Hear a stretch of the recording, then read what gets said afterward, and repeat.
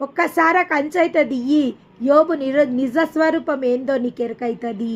ఆ యోబుకున్న ఆ యొక్క మంచితనం ఏందో నీకు బాగా తెలుస్తుంది ఒకసారి దియ్యి అని అన్నప్పుడు దేవుని ఆ యొక్క అపవాది యొక్క చిత్తానుసారం దేవుడు కంచె తీయడం జరుగుతుంది. నిజంగా కంచె తీసినప్పుడు ఇక్కడ యోబు ఎటువంటి మాటలు దేవుడి పట్ల కలిగి ఉండే యథార్థవంతుడే, భక్తిపరుడే.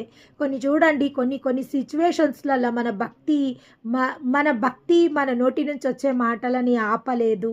కొన్నిసార్లు కొన్ని సిచ్యువేషన్స్ గుండా మనం వెళ్తున్నప్పుడు, కొన్ని నిరాశ నిస్పృహల గుండా మనం వెళ్తున్నప్పుడు మన నోరు అదుపు తప్పిపోతుంది.